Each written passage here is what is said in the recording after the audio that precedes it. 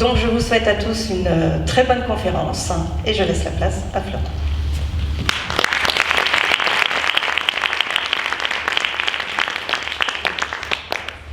Merci beaucoup. Bon, je crois que Catherine a tout dit. Moi, je m'en vais. Salut.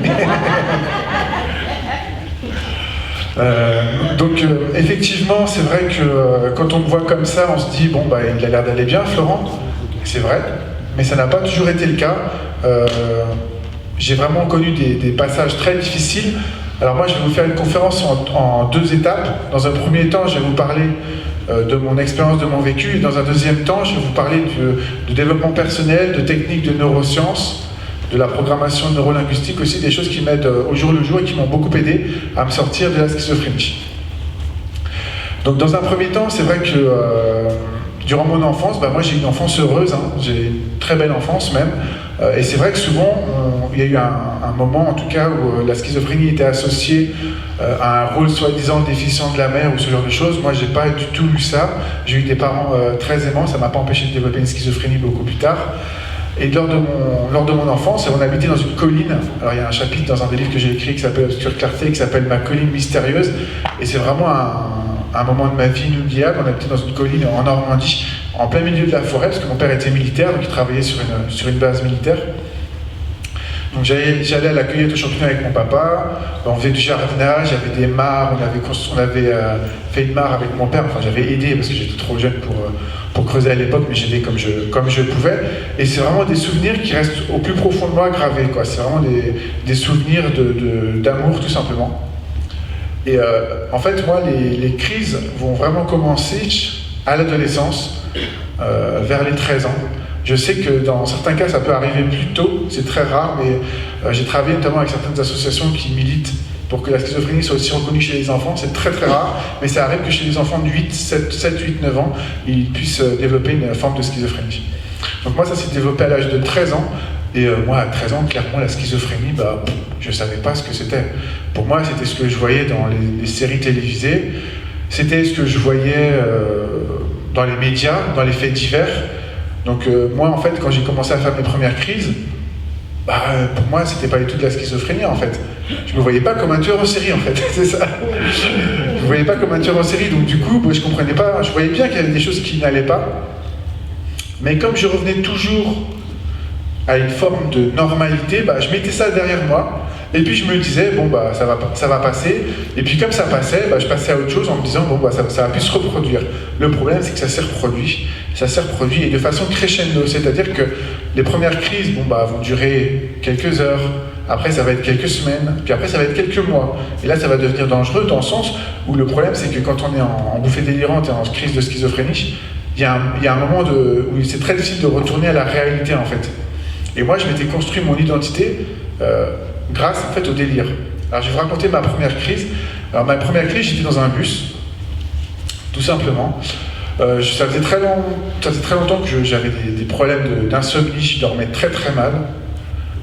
Et il faut savoir aussi que ces problèmes d'insomnie étaient dus au fait que, je pense, avec le recul, moi quand j'étais jeune, je voulais être basketteur professionnel. Or à 13 ans, j'ai eu une très grave blessure sur ce genou-là. Je me suis en fait démis la rotule, donc les ligaments étaient bons à mettre à la poubelle, tac.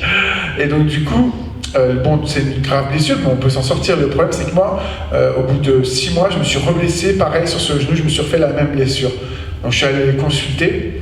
Et là, on m'a clairement dit, écoutez, monsieur Babiotte, le basket, pour vous, c'est fini. Si vous arrivez à recourir, ce sera déjà bien. Donc, le sport à haute intensité, pour vous, c'est fini. Bon, vous dites ça à un gosse de 13 ans pour qu'il rêve et en NBA. Dépression, direction de la dépression directement, quoi. J'ai fait une grosse dépression, ça a duré 2 ans, et mes premières crises de schizophrénie ont commencé à cette époque-là. Est-ce que c'est corrélé? Je suppose que oui. Parce que je dormais très très mal, et c'est vrai que pour moi la vie s'était arrêtée, puisqu'on m'avait dit que je ne pourrais pas rejouer au basket. Mais en même temps, quelque part, au plus profond de moi, j'avais pas envie de l'écouter ce monsieur. Je me disais non, ma mère m'avait toujours inculqué les valeurs de quand on veut quelque chose très fort, on peut, c'est des phrases qu'elle me répétait inlassablement, et j'avais envie de les faire miennes ces phrases, et j'avais envie de prouver que je pouvais aussi m'en sortir. Alors je suis allé voir différents kinésithérapeutes. Et alors certains me disaient, on peut t'aider à remarcher, il n'y a pas de problème, on peut t'aider même à recourir, mais le basket à haute intensité, c'est fini. Donc ils ne faisaient que finalement suivre la vie du chirurgien que j'avais eu. Mais je vais tomber sur à force d'en voir plusieurs, je vais tomber sur un kinésithérapeute qui va être plus ouvert, qui va me dire, tu veux t'en sortir? Ok, bah, je vais te montrer comment faire, mais il va falloir que tu t'accroches. Par contre, je te préviens, ça va pas être facile. Moi, je lui dis, bah, je suis prêt à tout, donc allez-y, dites-moi ce qu'il faut faire, quoi. Et donc, on a commencé. Alors, je me souviendrai toujours de ma première séance. Ça a été l'horreur.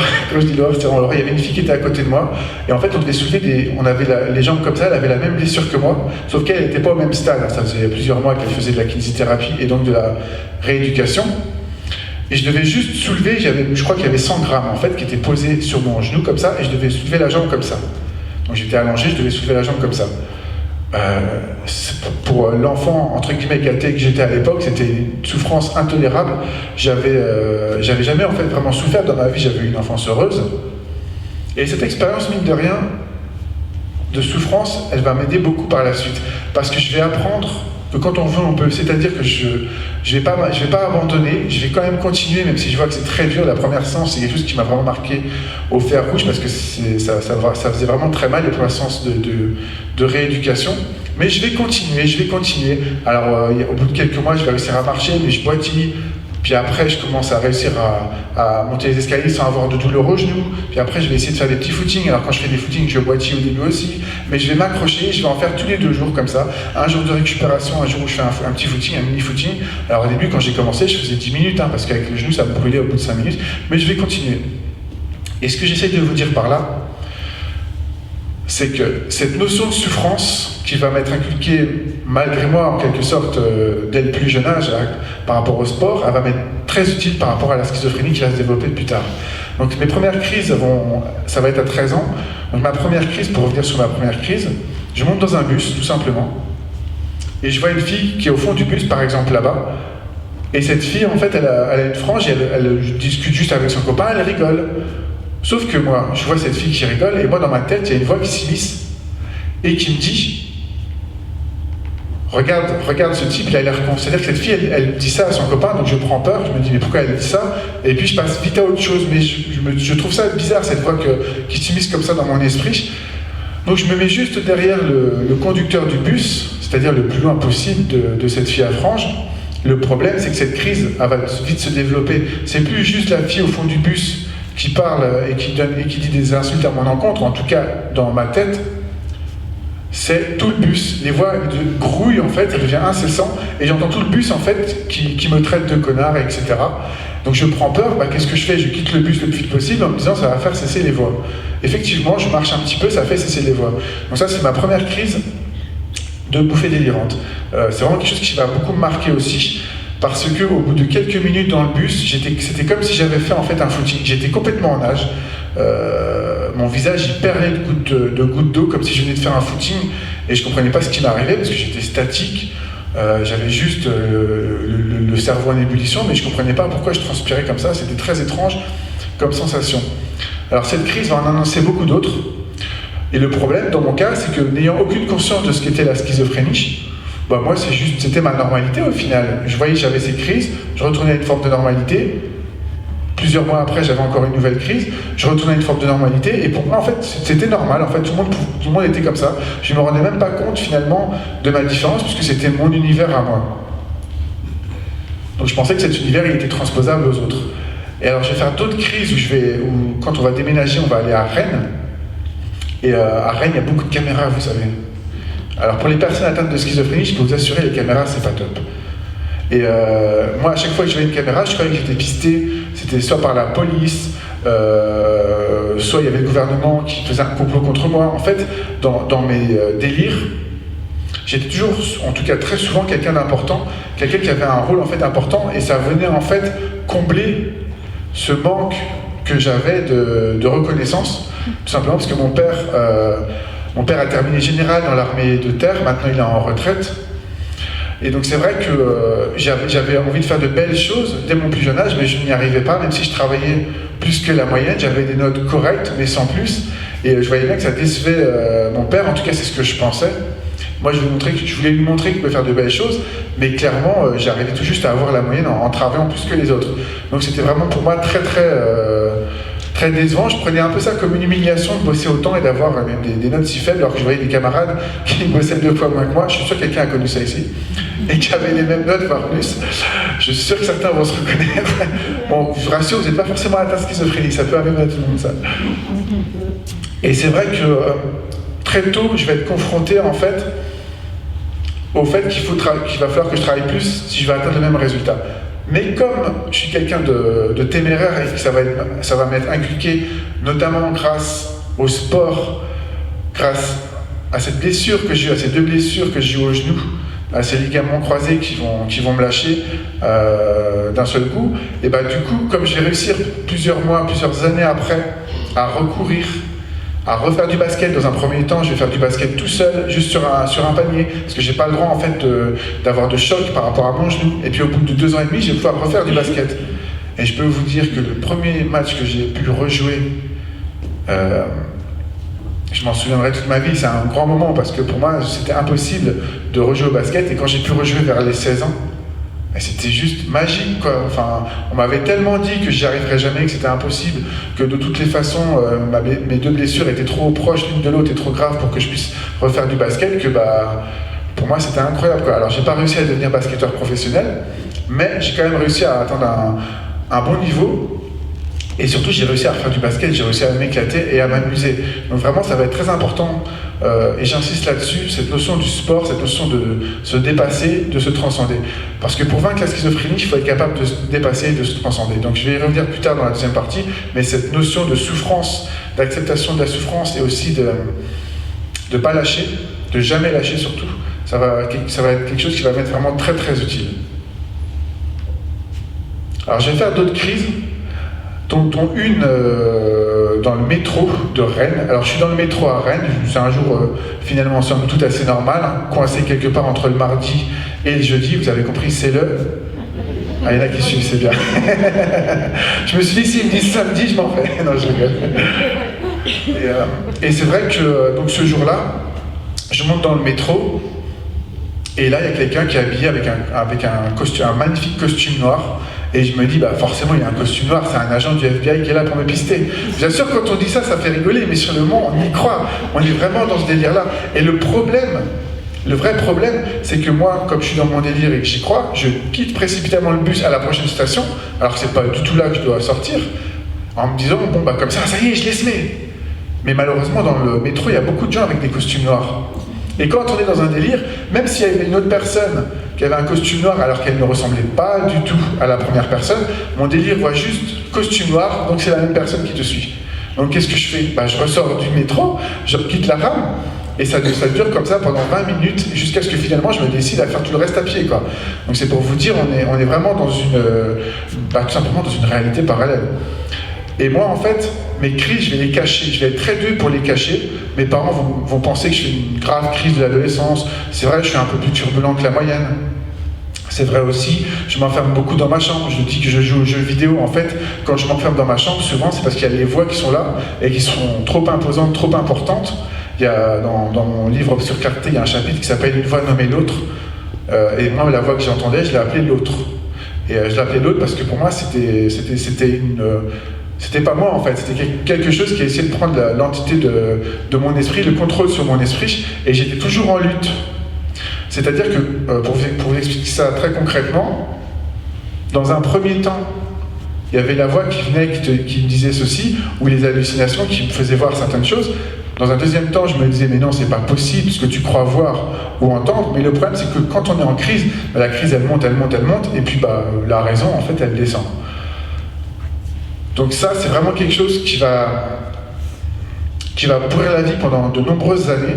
Et moi, je vais le cacher. Je vais être très dur pour le masquer, le cacher par tous les moyens. C'est-à-dire que j'étais toujours en lutte interne. C'est-à-dire qu'il ne fallait pas montrer ce que je ressentais, ce que je croyais voir. Et j'étais toujours en lutte, finalement, contre l'autre, contre cette voix que j'entendais, qui s'appelait l'autre. Jusqu'au jour où je ne vais plus pouvoir cacher ma crise. Et là, c'est là que ça va devenir... important, parce qu'en fait mon père était, comme il était militaire, il voyageait beaucoup, il était parti donc au Brésil, tout simplement pour son travail, et quand il va revenir du Brésil, moi à l'époque j'ai une copine qui s'appelle Angélique, Et donc du coup, Angélique était venue de Paris parce qu'on s'était rencontrés suite à un stage de basket, elle était venue me voir à Rennes.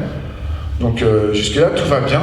Et quand mon père va revenir du Brésil, donc moi je vais m'inventer une nouvelle réalité, en fait un peu un monde parallèle dans lequel il y aurait une autre famille au Brésil, et dans lequel en fait il y aurait d'autres enfants au Brésil. Et c'est vrai qu'il y a une phrase dans mon livre sur Clarté qui dit que finalement, sa main va quitter la mienne à l'adolescence. Et c'est vrai, parce qu'à l'adolescence, mes rapports avec mon papa vont être très conflictuels. Mon père ne me soutient pas dans le basket et je lui reproche ça. Pour mon père, il n'y a que les études qui comptent. Et moi, je travaille corps et âme dans les études, mais je vois bien que c'est pas mon truc, parce que j'arrive pas à avoir des bonnes notes. J'arrive à, quand j'ai 11 ou 10, je suis content, donc c'est pas top. Et donc du coup, je suis pas du tout soutenu par mon père au basket, alors qu'au basket, j'étais doué. Et pour moi, en fait, je reprochais énormément ça, en fait, en tout cas à l'époque. Et donc, mon père rentre de son voyage au Brésil. Moi, je suis dans la chambre avec Angélique, on est en train de discuter. Mon père prépare le repas et il nous appelle. Et là, je sais pas ce qui se passe. C'est vraiment quelque chose que je souhaite à personne parce que concrètement, ce que vous voyez dans les films d'horreur à côté, je pense que c'est rien. Parce que le problème dans une crise de schizophrénie, c'est que vous n'êtes pas assis devant votre canapé en train de voir une réalité parallèle. Vous la vivez. Vous la vivez. C'est vraiment pas pareil. Donc, il y a un éclair qui me foudroie en fait l'esprit. Et là, d'un seul coup, il y a la voix qui reprend le contrôle de mon cerveau, en tout cas qui essaye, et qui me dit « Si tu as des mauvais rapports avec ton papa, c'est parce qu'il y a une autre famille au Brésil et qu'il a d'autres enfants au Brésil. » Donc dans un premier temps, toujours pareil, je me dis « Mais non, c'est pas possible, ce que la voix te dit. » Mais le problème, c'est que la voix, elle revient et elle te dit la même chose, tout le temps, tout le temps. Elle répète de façon névrotique « Ton père a une nouvelle famille au Brésil et de nouveaux enfants au Brésil. » Donc du coup, au bout d'un moment, malgré nous, on finit par y croire finalement. Et la voix là, ça devient encore plus grave, parce que la voix me dit « Tu dois taper ton père, tu dois taper ton père, tu dois taper ton père », jusqu'à ce que cette phrase, en fait, elle fasse comme un écho dans ma tête. Donc moi, dans un premier temps, j'ai pas envie de taper mon père, de toute façon, je vois pas à quoi ça va servir, et puis quand même il y aurait une famille au Brésil, ça le regarde. Mais la voix revient comme ça, de façon névrotique. Donc mon père nous appelle, avec Angélique, on descend, parce qu'on était à l'étage, on descend de l'escalier, et là je me souviens toujours qu'en descendant les quelques marches qui mènent jusqu'à la cuisine, que j'ai comme une espèce de, je sais pas comment appeler ça, une espèce de pulsion de rage en fait qui rentre en moi, complètement incontrôlable. Vraiment, c'est quelque chose que je souhaite à personne parce que ça vient sans prévenir. Moi, j'avais rien demandé et c'est quelque chose qui va s'immiscer progressivement, mais très rapidement en même temps. Et j'arrive à table, et là je regarde mon père avec un regard noir. Ce que vous voyez dans les films d'horreur, c'est rien à côté. Je peux vous assurer que si je vous regarde méchamment, vous allez avoir peur. Je rigole. Donc mon père voit en fait que je le regarde avec un air complètement morbide, et il me dit « Mais qu'est-ce qui se passe? Pourquoi tu me regardes comme ça ?» Et moi en fait, je continue à le fixer sans lui répondre. Et du coup, mon père me dit « Mais Florent, parle-moi, qu'est-ce qui se passe ?» Et à ce moment-là, il y a mon assiette qui tombe par terre parce que je me lève violemment. Brusquement, je vais vers mon père et je le secoue très violemment. Alors, je ne le tape pas parce que je ne pouvais pas aller jusque-là, et même si la voix me l'avait ordonné, je me suis arrêté en fait en cours de route. Quand je l'ai secoué, c'est comme si j'avais secoué ma tête aussi finalement, et du coup, j'ai un peu repris quelque part mes esprits. Ça a duré peut-être 2 secondes. La famille s'est réunie, donc nous a séparés, voyant que je secouais violemment mon père. Et là, je me souviendrai toujours du regard de mon père, apeuré, du regard de ma mère, terrorisée, du regard de ma copine, qui se demande ce qui se passe. Mon frère et ma sœur, pareil, Rénal et Laetitia, qui sont complètement ahuris de cette scène. Enfin, en plus, ils m'ont jamais vu violent, j'ai toujours été quelqu'un de calme et posé. Et du coup, cette scène-là, rétrospectivement, le lendemain, parce que sur le moment on n'a pas de distance, mais le lendemain il y a des images qui vont défiler dans ma tête de leur visage comme ça, complètement apeuré, et puis c'est quelque chose qui va me hanter longtemps, ces images-là. Et donc du coup le lendemain, je me réveille, ma copine est déjà retournée sur Paris complètement apeurée, elle m'a laissé un message sur mon téléphone portable pour m'expliquer. Ma mère me dit, écoute Florent, il faut absolument qu'on aille voir le médecin dans la journée. Elle prend un rendez-vous, et de toute façon elle ne laisse pas le choix, et puis je vois bien qu'il y a quelque chose qui ne va pas. Enfin, secouer son père comme ça, c'est pas possible, quoi. Et donc du coup, je décide d'aller voir le docteur. Mais moi je pense que je vais voir le médecin tranquille, hein, je vais voir le médecin, il va me filer 2-3 médicaments, hop, et puis je retourne à la maison. En fait, ça va pas se passer du tout comme ça. Je crois que si j'avais su, ça va peut-être changer des choses. Mais bref, ça va pas se passer comme ça. Donc le médecin va me demander dans un premier temps si j'entends des voix. Alors je vais le regarder comme je vous regarde là. Mais vous me prenez pour qui, franchement? Moi, entendre des voix? Non, mais attendez, vous savez à qui vous parlez quand même. Je lui dis pas ça, je rigole, mais c'est un peu le ton que je vais avoir avec eux, en lui disant, mais attendez, vous prenez pour un fou, voilà, non, j'entends pas de voix, je vais être complètement dans le déni de ce qui m'arrive, parce que j'ai peur, en fait, je suis complètement terrorisé de ce que pourrait décider le médecin, mais le médecin va pas être dupe, il va avoir ma mère de façon isolée, sans moi, et en voyant ma mère, il va comprendre certaines choses, parce que ma mère va lui expliquer certaines scènes qu'elle a vues, notamment, alors c'est une journée, je m'en souviens pas non plus, il y a des crises que j'ai faites comme ça, que ma mère me remémore par moments, et dont j'ai aucun souvenir. J'étais dans le terrain apparemment, et je tournais autour des ronces, comme un enfant de 5 ans en fait, et ça a duré pendant une demi-heure. Et en fait, je me faisais piquer forcément par les ronces en fait. Et je restais comme ça, et c'est mon frère qui a vu ça et qui a appelé ma mère à la rescousse parce que j'étais torse nu, c'était l'été, et j'étais plein de sang et je continuais comme ça. Et c'est vraiment quelque chose d'assez étonnant dont j'ai aucun souvenir au final. C'est ma mère qui me l'a remémoré et mon frère. Donc je vais me retrouver en hôpital psychiatrique. Dans un premier temps, le médecin va m'envoyer aux urgences, et après, aux urgences, ils vont me poser certaines questions, et je vais me retrouver dans un hôpital psychiatrique. Il y a une autre scène terrible dont j'ai aucun souvenir, mais vraiment aucun. En sortant de chez le médecin, quand il va décider d'appeler les urgences pour qu'ils viennent me chercher, et ben en fait moi d'après ma mère, je vais me sentir comme un super-héros qui aurait des super-pouvoirs, du moins c'est ce que je vais lui raconter après la scène. Je vais me mettre en plein milieu de la route, et je vais me dire, s'il y a une voiture qui passe, c'est pas grave. Après tout, je suis un super-héros. Donc forcément, la voiture va me transpercer, mais moi, je vais réapparaître et il n'y aura aucun problème.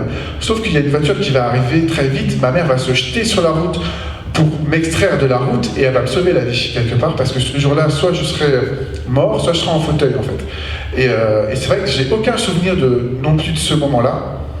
Et c'est toujours un moment très émouvant, quand, bon, elle ne le dit plus maintenant, mais je me souviens que quand ma mère m'en parlait de ce passage-là, je voyais vraiment les larmes dans son regard, et c'était vraiment un passage très émouvant.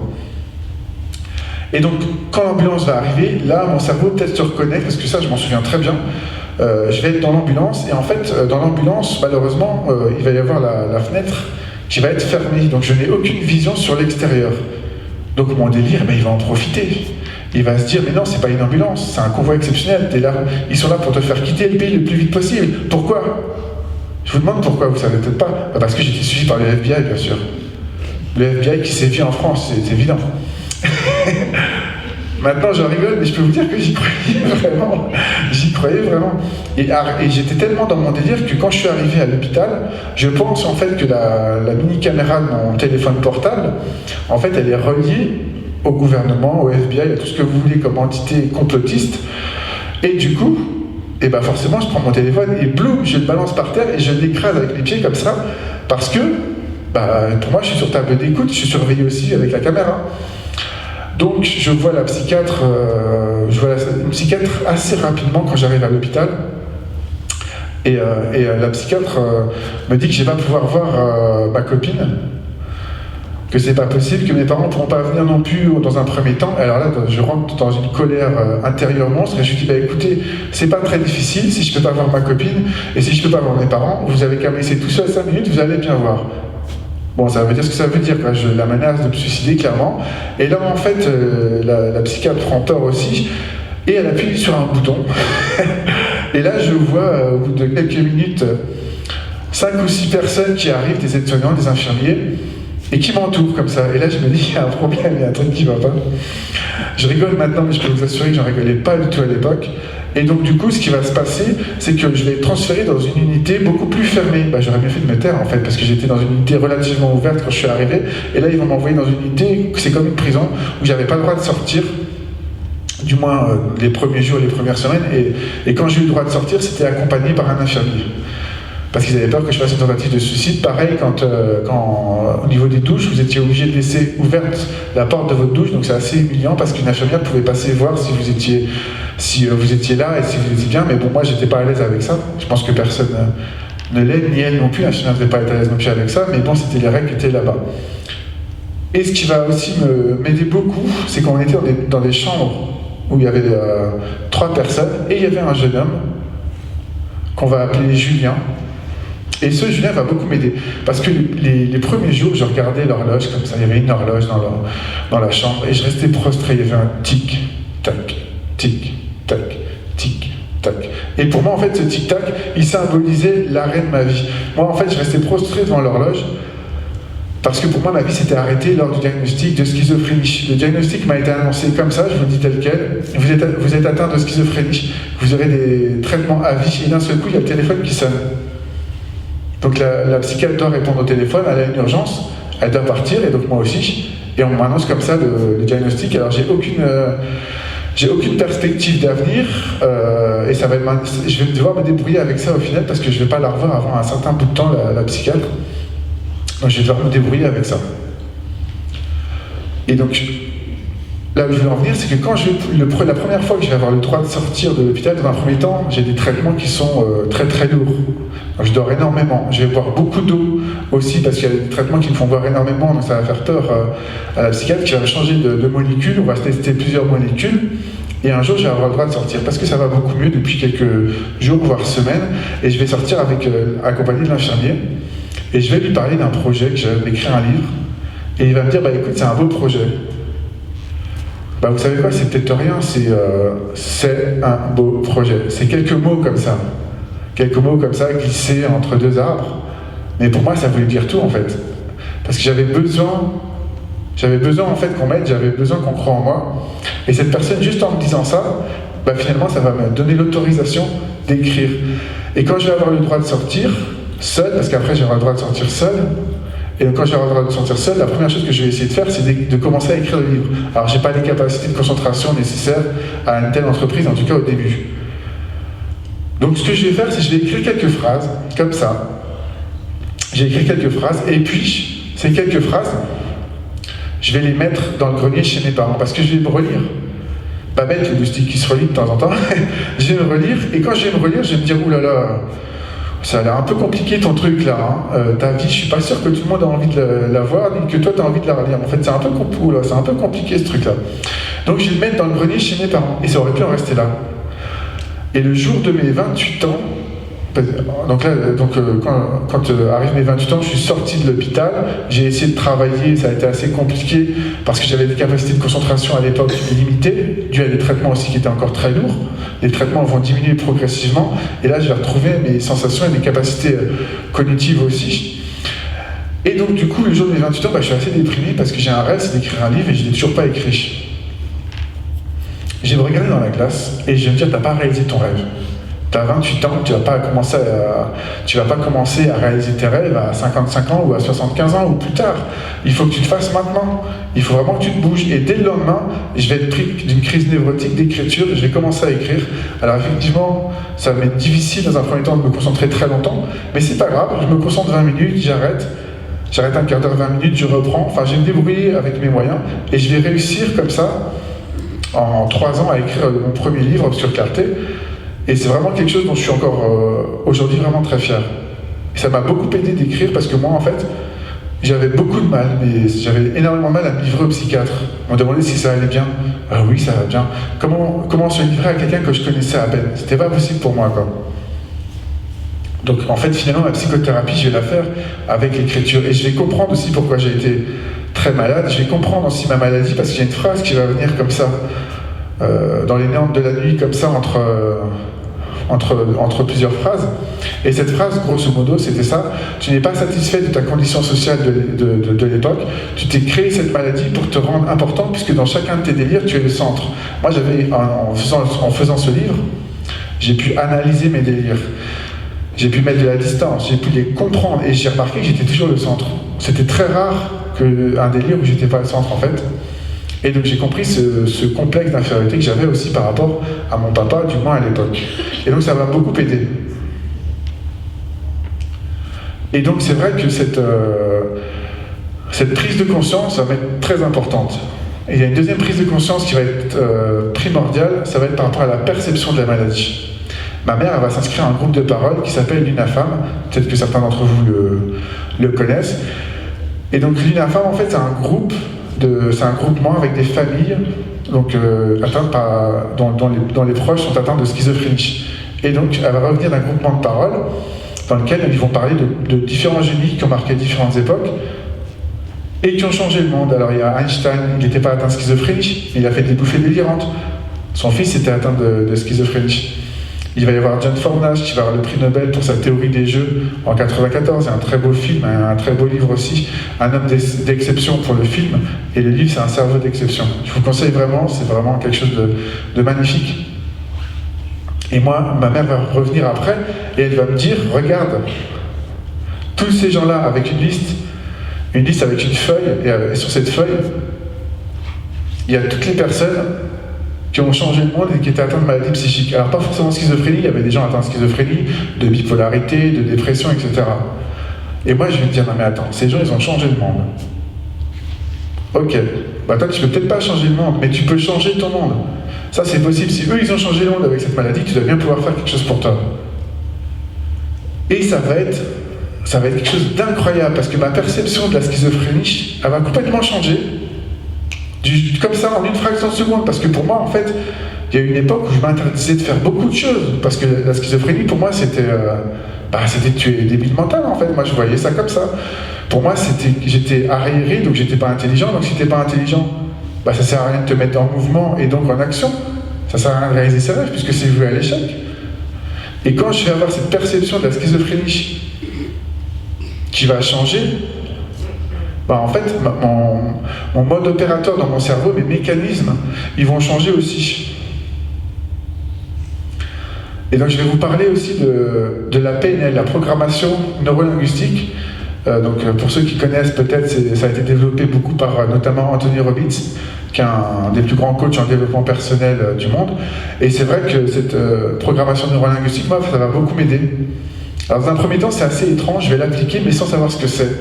Parce que pour moi, c'est une technique sportive à la base, c'est-à-dire que c'est se convaincre de certaines choses et changer son mode de pensée. Par exemple, avant un match, si on jouait contre une équipe qui était réputée beaucoup plus forte que nous, ou au moins très forte, j'allais essayer de me répéter des phrases positives en me disant on va y arriver, on va gagner ce match. Et en fait, comme si c'était une voix que j'entendais, sauf que là, c'était moi qui la contrôlais, c'était moi qui la dirigeais. Et donc, par rapport aux voix, c'est quelque chose dont je me suis beaucoup servi, c'est-à-dire de les transformer, de les modeler. C'est-à-dire que si j'entendais quelque chose, j'allais le transformer en l'inverse, surtout si c'était quelque chose de très négatif. J'allais le transformer en l'inverse, j'allais changer les phrases, l'agencement des mots dans la phrase pour faire en fait une phrase positive. Et ça va beaucoup m'aider. Je fais du coaching aujourd'hui aussi en matière de schizophrénie, à la fois pour les personnes soignées, mais aussi pour les familles. Et c'est quelque chose que j'emploie tous les jours. Et c'est vraiment quelque chose qui marche très bien. Parce qu'en fait, ça permet de reprendre le contrôle de son esprit. Alors qu'est-ce que c'est que les voix? C'est quelque chose qui vient vous interférer, en fait, qui vient interférer dans votre esprit.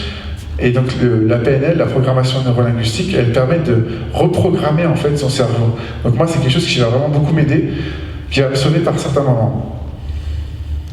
Donc je voulais aussi vous dire que quand j'étais au fond du trou, et Dieu sait que je l'ai été, il y a quelque chose qui va beaucoup m'aider, ça va vous paraître bizarre comme terme, la confiance du doute. La confiance du doute, c'est quoi? Quand tu es dans le doute, même au plus profond, et quand j'étais à l'hôpital, j'étais vraiment dans le doute et j'étais pas bien du tout, je me suis toujours dit, tu vas t'en sortir. Et je me répétais cette phrase de façon névrotique. J'appliquais des techniques sportives, en fait, de pensée positive. Tu vas t'en sortir, tu vas t'en sortir, tu vas t'en sortir, tu vas t'en sortir, tu vas t'en sortir. Jusqu'à ce que j'y croie. Au début, j'y croyais pas. Et je voyais les gens qui étaient autour de moi. Je voyais des gens qui avaient énormément de médicaments qui s'en sortaient pas. Je discutais avec mes camarades et j'essayais de comprendre un petit peu, en tout cas quand j'avais des éclairs de lucidité, et je me disais ça va être compliqué, mais je me répétais quand même cette phrase-là. Tu vas t'en sortir, tu vas t'en sortir. Bon, aujourd'hui, oui, je m'en suis sorti, mais il m'a fallu beaucoup de temps. Alors il y a également quelque chose de très important à savoir par rapport à la schizophrénie, il faut beaucoup de patience. Il faut beaucoup de patience. Ça se compte pas en mois, ça se compte en années de se rétablir. Des fois, ça se compte en dizaines d'années. Et moi, il m'a fallu beaucoup de temps. Mais moi, ce que je me dis et ce que j'ai envie de vous dire, c'est que moi, j'ai réussi à m'en sortir, à être rétabli, alors que j'ai été diagnostiqué au bout de 10 ans de crise. C'est-à-dire que de 13 ans à 24 ans à peu près, j'étais dans dans les crises, dans le déni, dans la honte, dans ce genre de choses. Donc si moi j'ai réussi à me stabiliser alors que j'ai eu 10 ans comme ça sans être diagnostiqué, je pense que quelqu'un qui est diagnostiqué plus rapidement que moi peut optimiser encore plus ses chances s'il a les outils dont je me suis servi et dont je suis en train de vous parler. Alors il y a également un outil dont je veux vous parler, dont je vous ai parlé un petit peu par rapport au sport, c'est qu'il faut être capable de se transcender. La technique des petits pas. La technique des petits pas, c'est tout simple. C'est pas se mettre... le danger de cette technique, ce serait d'avoir des grands objectifs et de devoir les réaliser tout de suite. Moi, par exemple, je voulais écrire un livre. Mais si je m'étais dit tout de suite, ah bah oui, mais t'arrives à écrire que quelques lignes sur ton introduction, bon bah, ça ne sert à rien, quoi. Hop, t'arrêtes. J'aurais pu me dire ça. Mais je me suis dit non, tu le mets de côté, tu le gardes et tu verras après.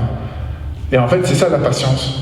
C'est la technique des petits pas, c'est-à-dire avoir un petit objectif, c'est-à-dire pour moi le petit objectif c'était représenté par faire quelques phrases, puis un moyen objectif, c'est-à-dire s'y tenir et faire d'autres phrases, puis un grand objectif, faire un livre. Mais ça se compte en années. Et ce que je veux vous dire, qui est très important, après ce que je veux dire là, vous pouvez partir. Je vous jure, c'est vrai, après la conférence elle est finie, vous pouvez partir.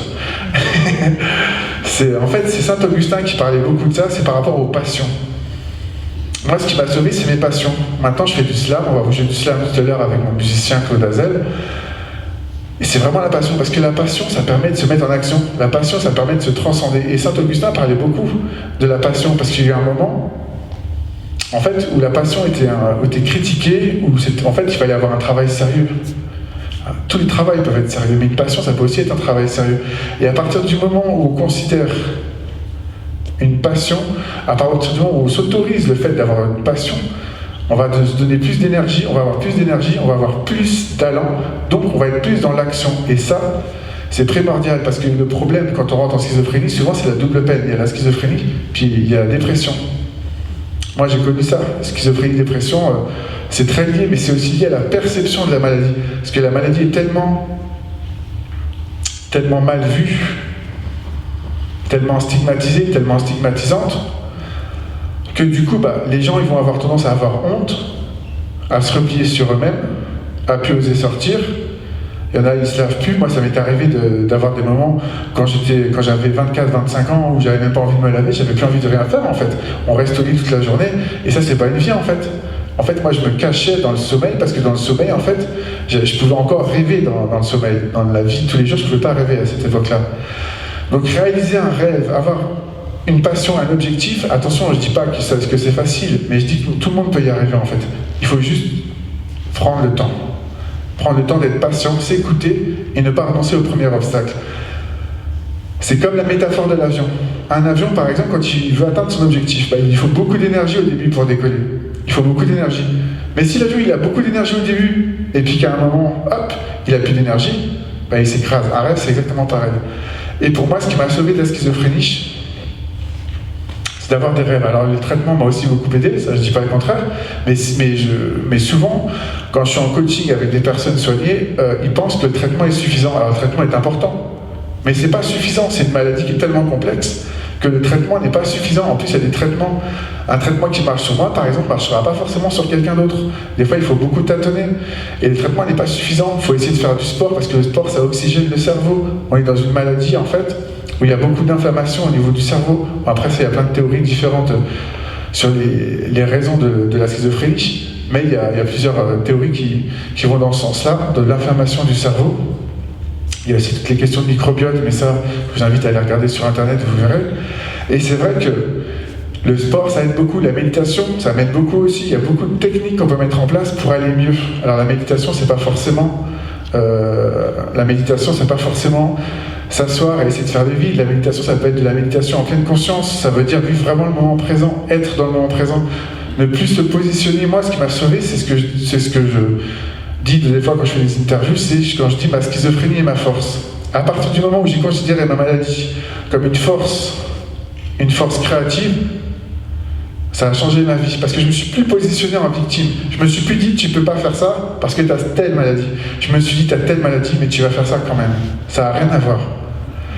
Et ça m'a sauvé la vie, ce changement de perception. Peut-être que si ma mère n'était pas venue avec ce listing de personnes qui ont marqué différentes époques, peut-être que je serais encore hospitalisé. C'est même fort probable. C'est quelque chose auquel je crois très fort, la perception de la maladie.